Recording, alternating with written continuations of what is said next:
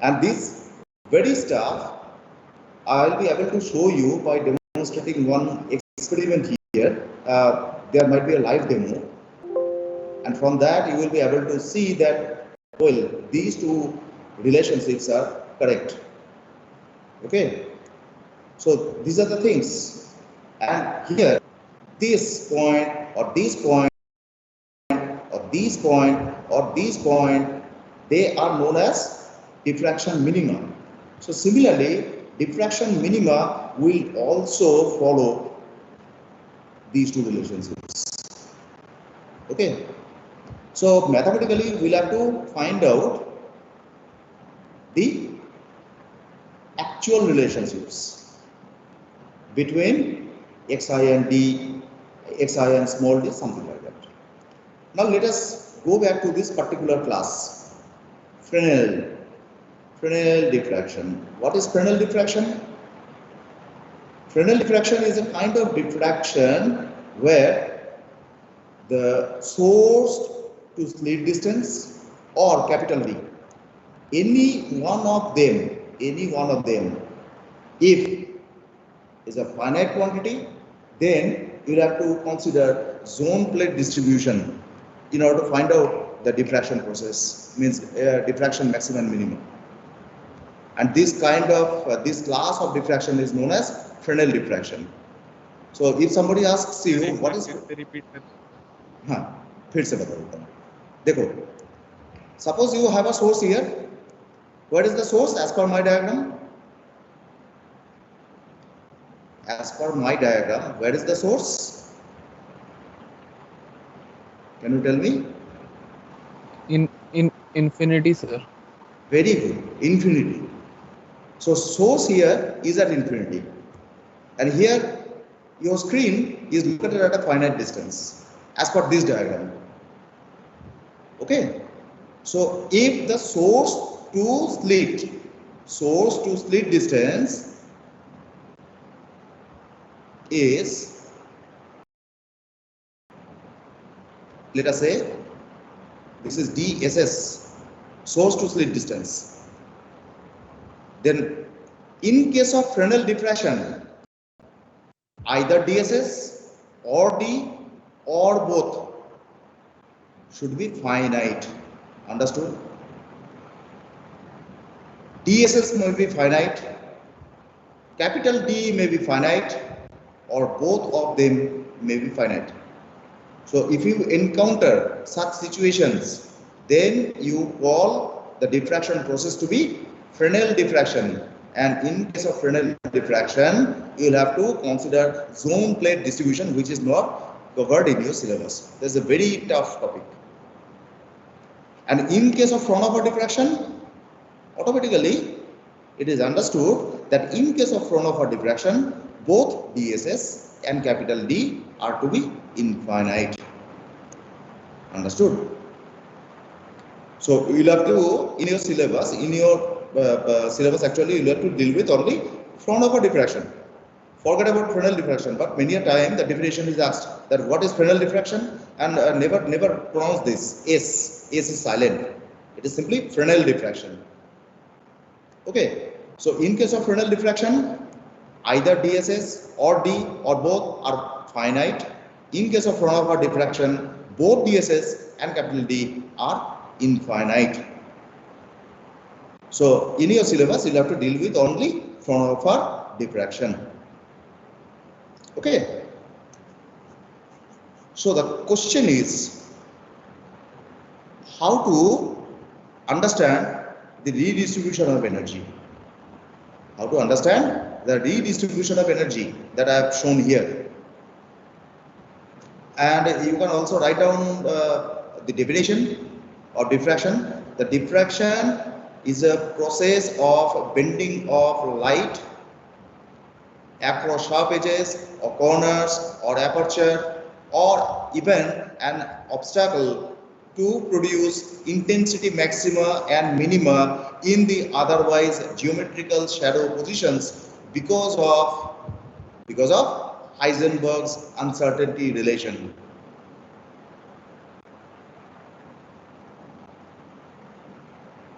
So diffraction process is a process of bending of light across sharp edges or corners or aperture, okay, or obstacles to form intensity, maxima and minima in the otherwise geometrical shadow positions by virtue of Heisenberg's uncertainty principle.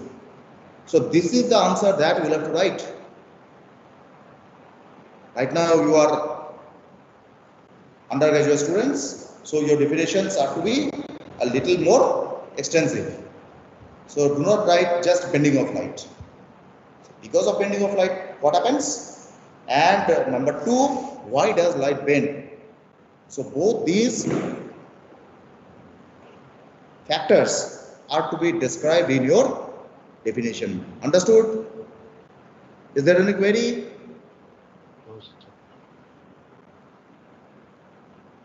Okay, you can voice record also.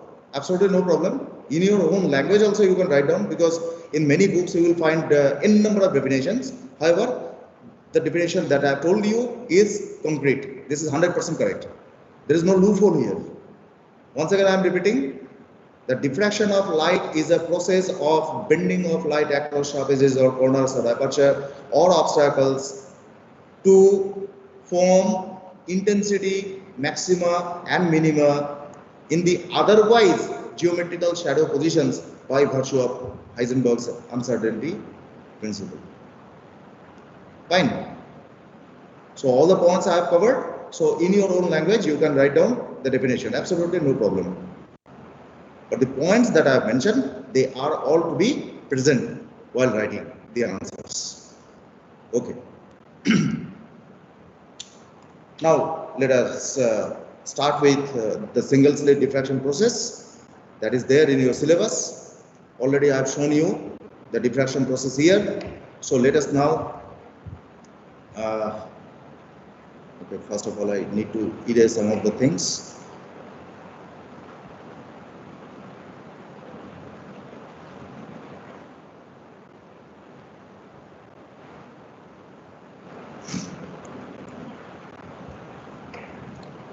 So let me first, okay, I need more space. So you have a single slit here. This is illuminated by a beam of light. Beam of light means here you have all the rays which are parallel to each other. Apart from that, this beam is a monochromatic beam. And what you do, you place a screen at infinity. So basically infinity means at a very large distance. That's all.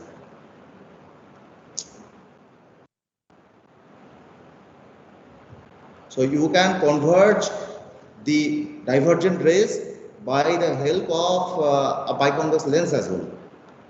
Okay, that's up to you. So you can put a lens here, biconvex lens.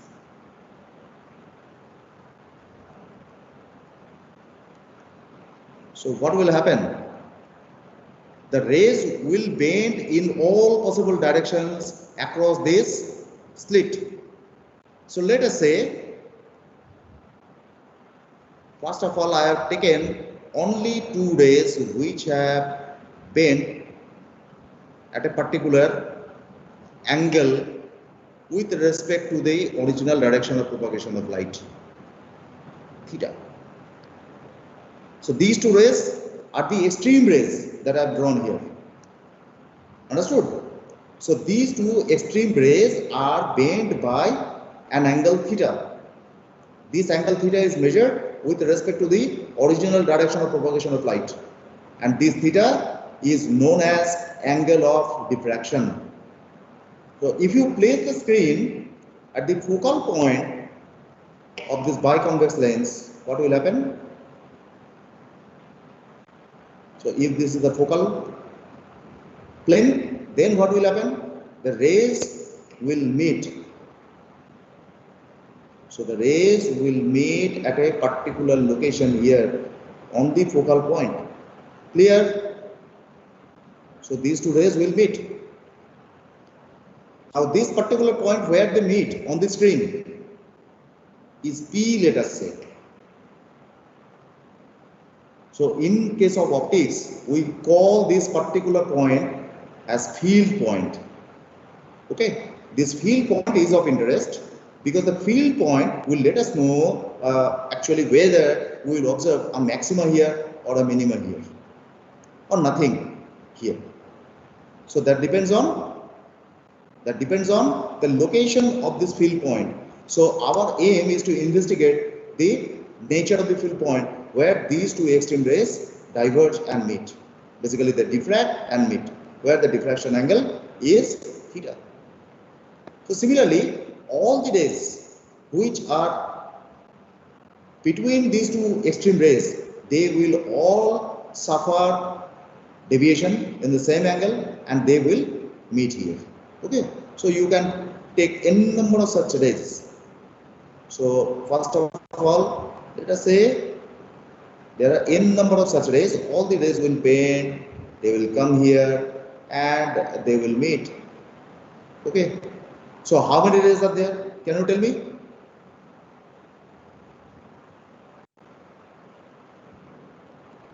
How many rays are there?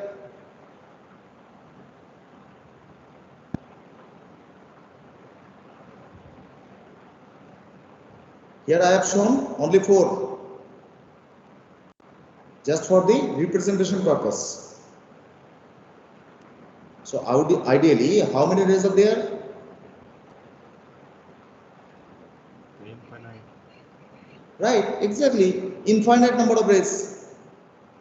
Infinite number of rays. And in order to investigate the infinite number of rays, you need to consider that the whole slit here, whole surface of the slit is composed of infinite number of tiny secondary sources. Understood? Here you have an actual source which is stationed at infinity. Okay. So from this extended source, by using a biconvex lens, suppose you have produced a beam of light. This beam of light is a monochromatic beam of light. Now this monochromatic beam propagates and they suffer diffraction by this single slit. And suppose they have bent by an angle theta. So what happens? All the points on the screen can be considered to be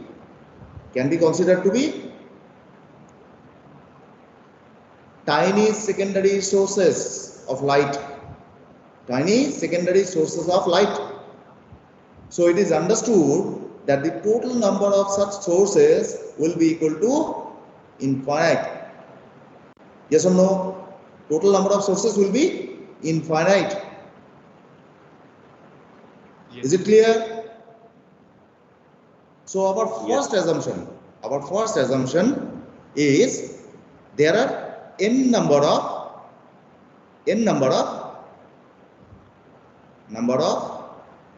secondary sources of light.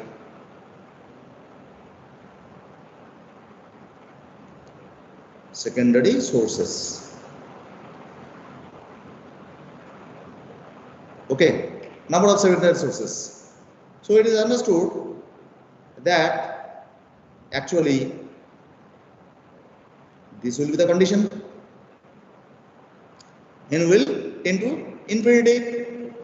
There will be infinite number of such tiny sources. Now the distance between two consecutive sources, if is delta. So delta is what? Delta is what? Distance between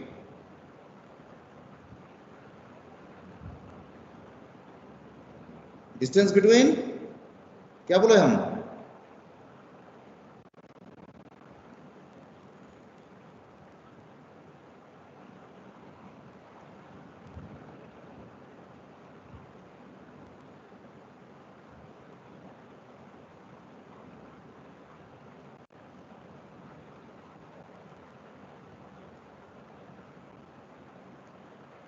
ठीक है?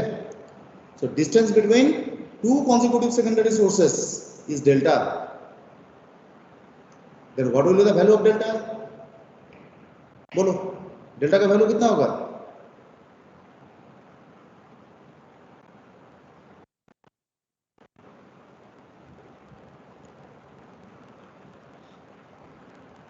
थोड़ा बोलो, फटाफट बोलो, चुपचाप रहोगे तो कैसे होगा? बोलो, what will be the value of delta? Delta is the distance between, हाँ बोलो बोलो, डेल्टा का वैल्यू कितना होगा? d by n. d by n. देखो, limit n tends to infinity, then what will be the limit of delta?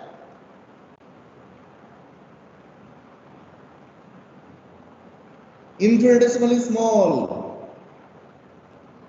Infinitesimally small. So limit of delta will tend to 0. There are n number of sources. Therefore, how many number of gaps will you find? In between two sources, you have a gap of delta. Yes or no? Yes, sir. So if there are capital N number of sources, how many gaps will you find? N minus 1. If there are two sources, you have one gap. If there are three sources, you have two gaps, right? So it is one count smaller than n. Therefore, you have this relationship that there are n minus 1 number of gaps here, and if you multiply by delta, if you multiply this by delta, you are going to get the slit width d here. D is the slit width. Okay, now have a look at the first relation. N tends to infinity. Therefore, n is a very, very large quantity. Therefore, even if I substitute n minus 1 by n, then also this relationship will be very. So, it is nothing but n multiplied by delta. Understood? N multiplied by delta will be equal to small d. Clear? किसी को कोई confusion है अभी तक? So I am taking reasonably long time to make you understand, so that during your exam or even after that you don't find any difficulty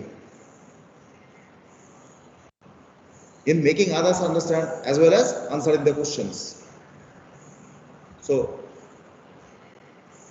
are these points clear to you? Are these points clear to you? Sir तो यहाँ से तो वो relation आ ही जाएगा ना कि delta equals to D by N. हाँ, तो डेफिनेटली आ जाएगा, but I was asking you about this thing, limit of delta. Yes sir, ठीक. लिमिट ऑफ डेल्टा, ये तो तुम देखो, इसका वैल्यू तो कुछ भी हो सकता है, राइट? तो इसमें तो कोई जरूरी नहीं है कि इसका वैल्यू 0 हो जाए या लिमिट इसका 0 हो जाए. तो डी को तोड़ सकते हो, मानो कि 5 हिस्से में तोड़ दिया, तो d divided by 5. So definitely under that condition delta won't be 0. However, n here is a large quantity, so keeping this relationship in mind, we have written the second relationship, that is limit of delta tends to 0, and these two relationships will be required while deriving our intensity distribution pattern. That is why I have written. Okay, so here this is known as diffraction angle or angle of diffraction.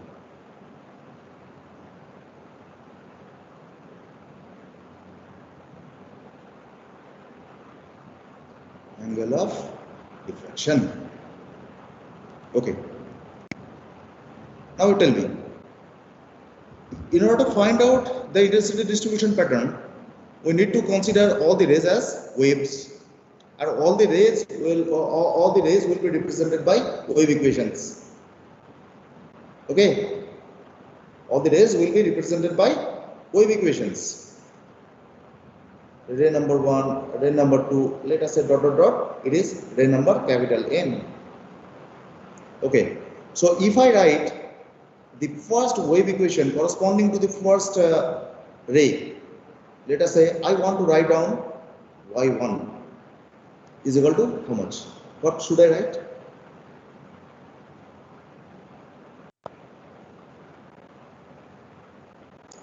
Normal wave equation.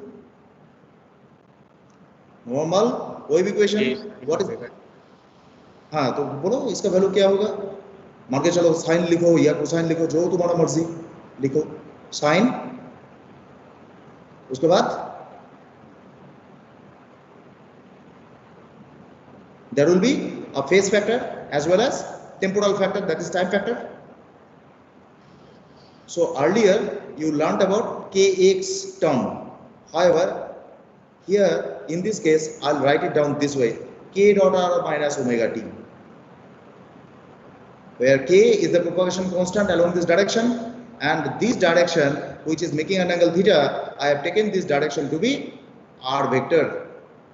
So the first equation of the wave representing ray number 1 will be in this particular form: y1 is equal to this a1 sin k dot r minus omega t. ठीक है? Then what will be the form of the second wave? Second ray का equation क्या होगा?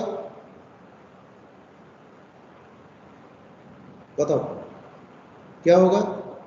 अगर ये clear हो जाता है, then absolutely there is no problem, because this is one of the questions which is preferred by BIT master, and you can see because already I have uploaded the question papers from previous years, and if you go through those question papers, you will find that almost every alternate year, even in consecutive years, this particular problem is asked.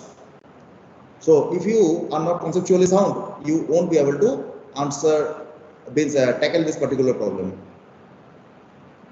So that is why I feel that you should be given sufficient time. You should be given sufficient time to make you understand this concept. तो second रे का equation क्या होगा बताओ? What will be that? a1 sin k. Why a1? Why k1? Sorry, मैं बताओ। হ্যাঁ দীপ বলছি আমার ক্লাস চলছে, বুঝলেন? ক্লাস চলছে, আমি ফাঁকা হয়ে করবো।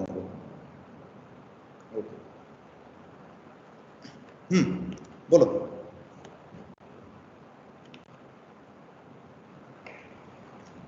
So in general, we'll write it down this way: a2 sine, and what will be the phase factor? Phase factor क्या होगा बोलो? kr2. kr2. See, propagation constant depends on what?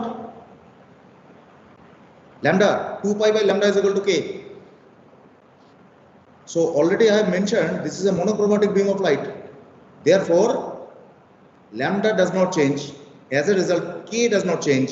And r is what? R is the direction which is making an angle theta, where theta is the angle of diffraction here. Therefore, that is also not going to vary. R is a constant vector for investigating this field point P.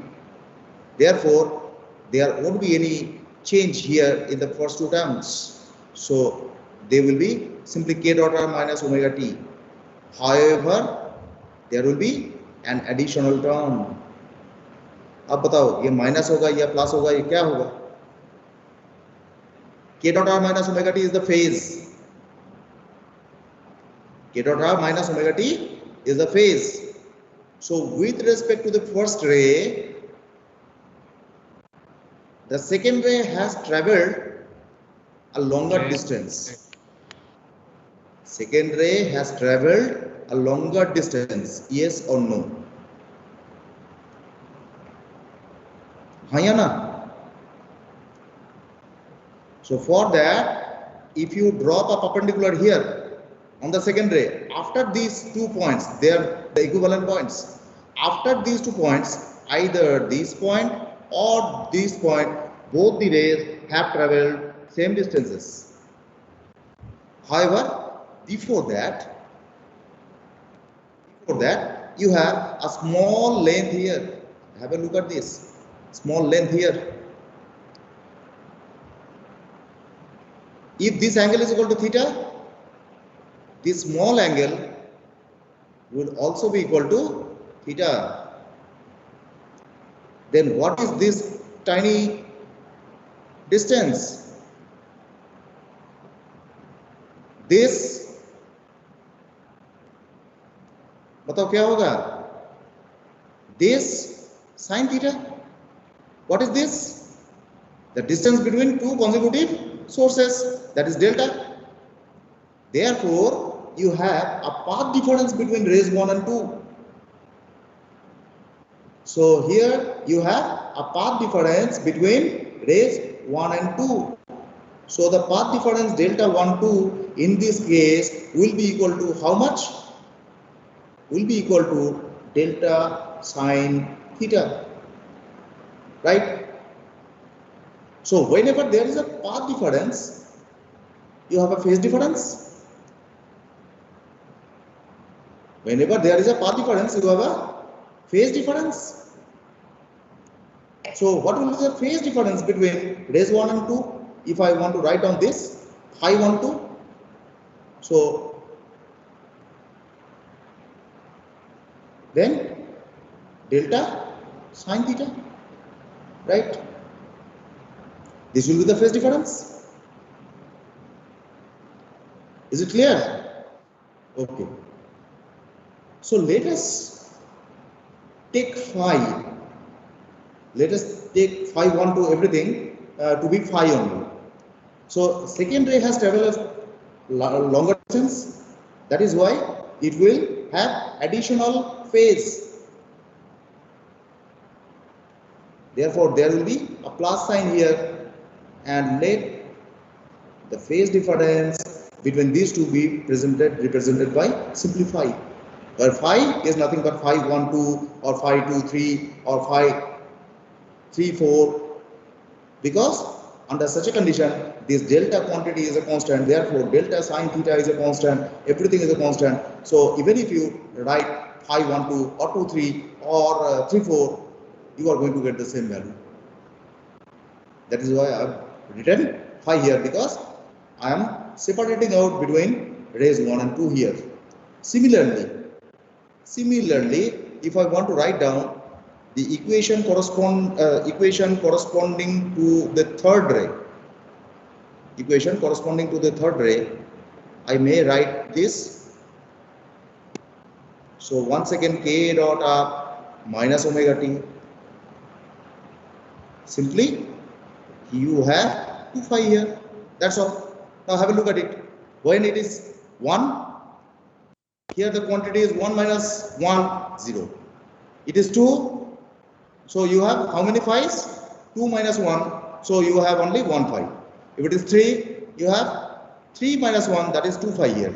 So something like that. So you have n number of such rays. Then you'll have to make one approximation here, that is known as paraxial ray approximation. Paraxial ray approximation. What is that? See, in this case, following front of diffraction, already you understand that the distance between the slit and the screen is infinite.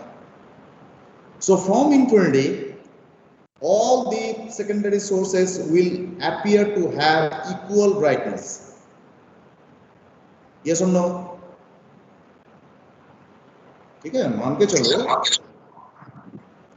के चलो कि तुम 1 kilometre दूर खड़े हो एक भीड़ से, एक लंबा चौड़ा भीड़ है, तुम 1 किलोमीटर दूर खड़े हो और वहां से तुम देख रहे हो,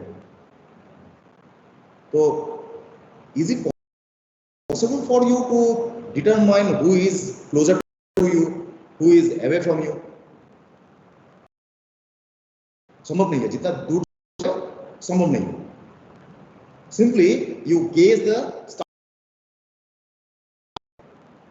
सिर्फ उसको देख के क्या बता सकते हो कि कौन सा तारा तुम्हारा नजदीक है, कौन सा तुम्हारा तुमसे दूर है? Is it possible?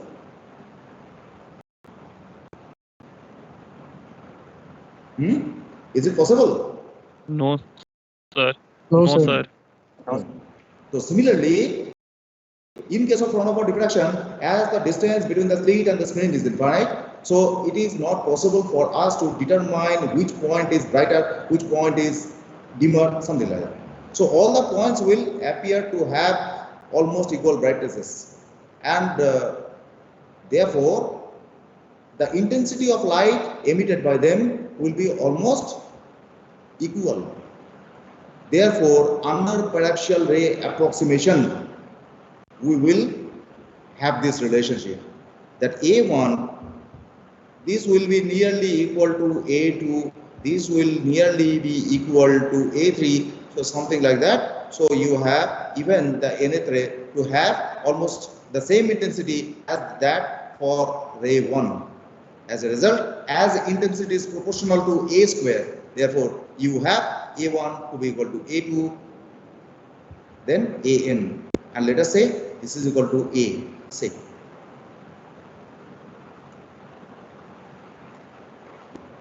Then at the field point P, what will be the overall displacement? Can you tell me? Y1 is the displacement because of ray 1, Y2 is the displacement because of ray 2, Yn is the displacement because of ray n, something like that. So all the rays are superimposing on each other in order to form an intensity which is because of the overlap, which is because of their overlap. Therefore, you can write down y. Y is the displacement because of what? Superposition of all the rays. So you need to sum up all the yi's. How many rays are there? N number of rays. So I will run from 1 to capital N. Clear? Is it clear? Now k dot r minus omega t, k dot r minus omega t is constant throughout. So k dot r minus omega t, let us say you call this factor to be something like what to say, okay, alpha, don't do it, not an issue. So you have, first of all,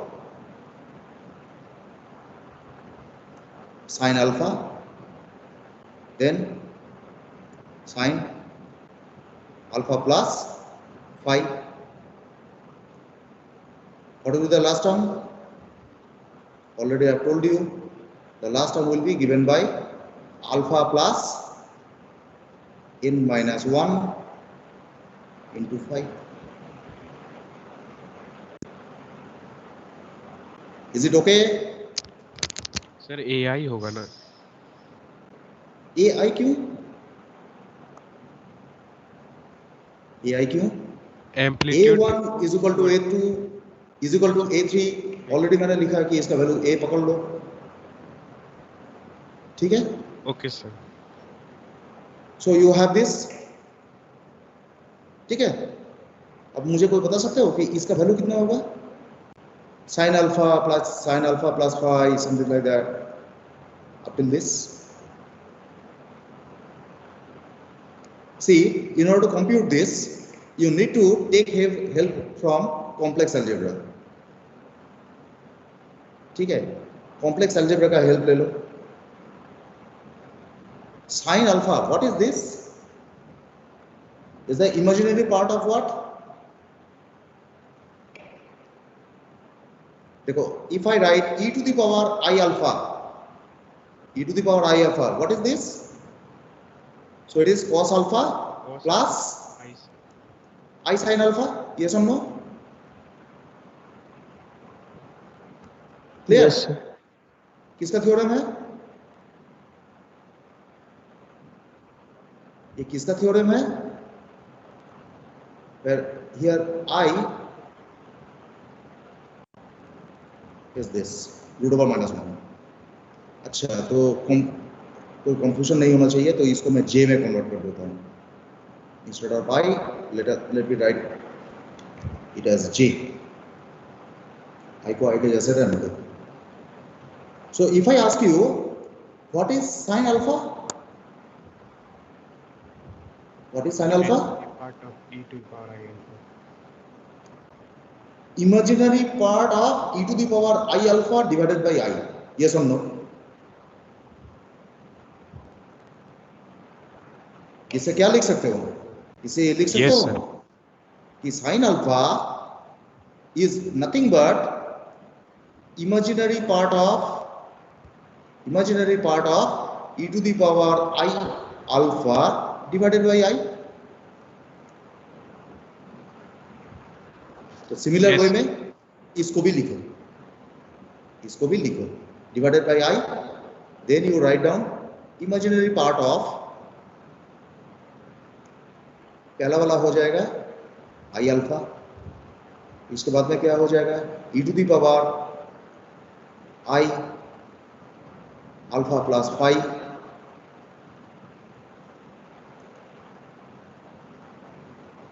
ये क्या हो जाएगा e to the power I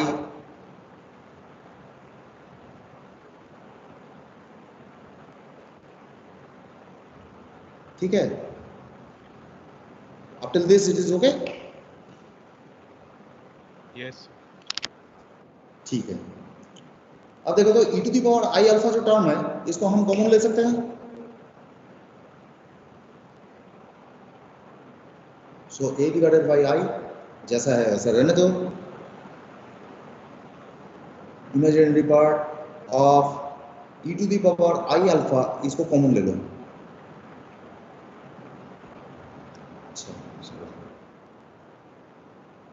bracket e to the power I alpha. So first term will be equal to 1, second term will be e to the power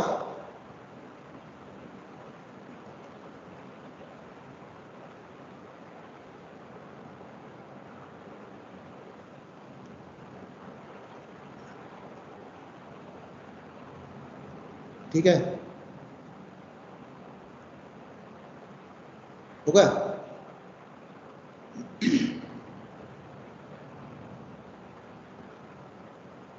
इसका value कितना है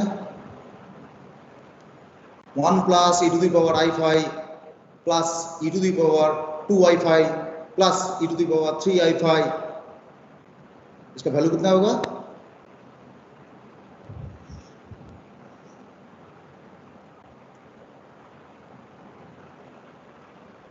ये क्या है 1 plus r square plus r cube. ये क्या है what is this GP. GP. Very good. तो जीपी है. तो जीपी का सॉल्यूशन क्या होगा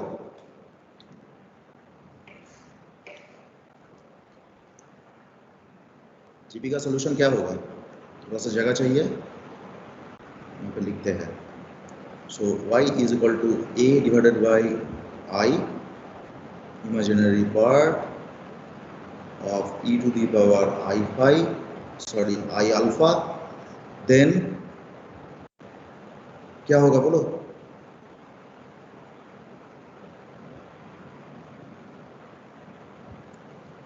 अच्छा r क्या है is r a fraction or a whole number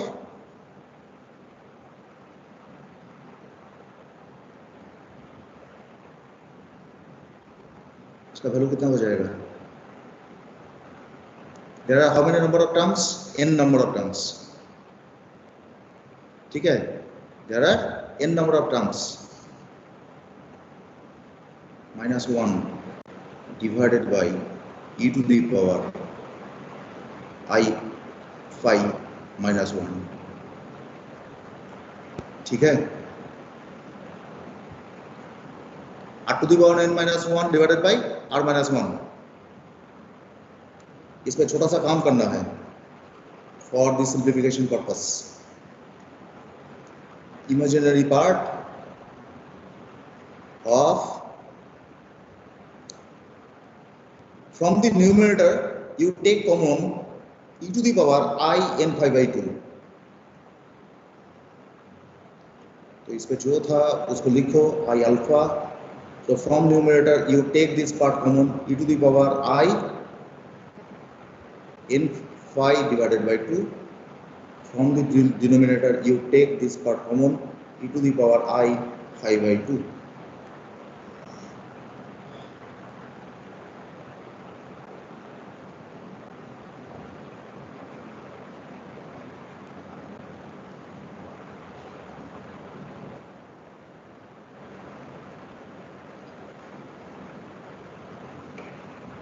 common लेने के बाद क्या बचेगा?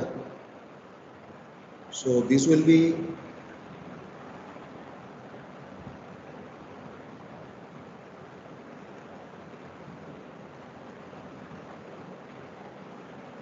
the denominator you have e to the power I phi by 2 minus e to the power minus I phi by 2. E to the power I theta minus e to the power minus I theta. Value कितना होता है? 2i sin theta. Yes or no? 2i sin theta.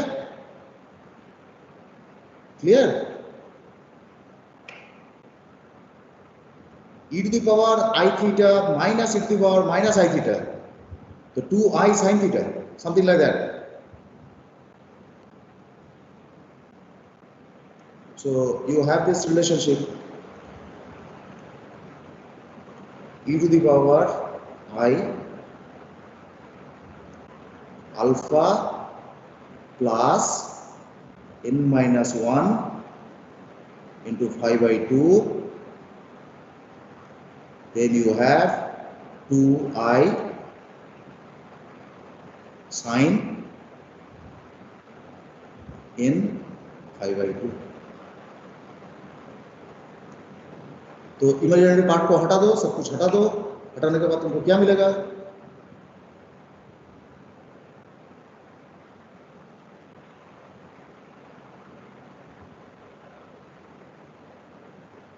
अच्छा चलो, अभी आज तो time हो गया, तो let me take your attendance.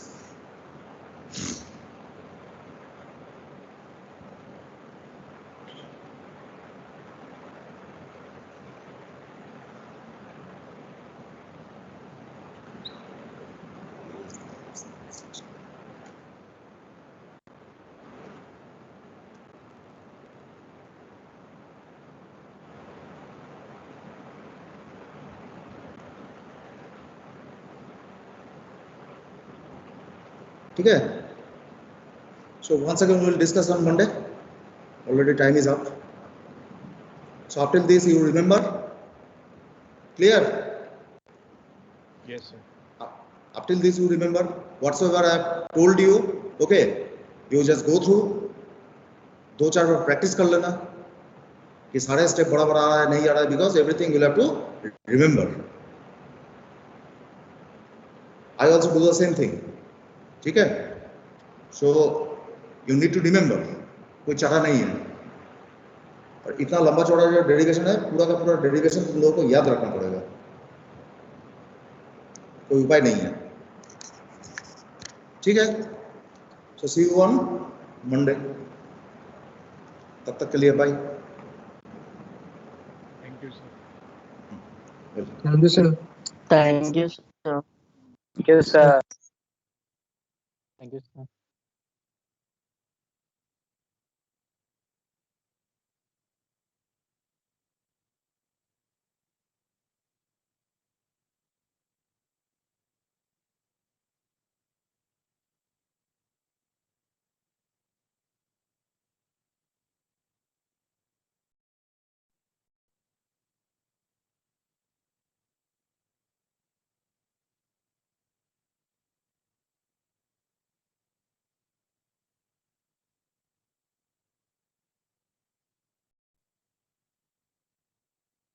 Hello, Aman.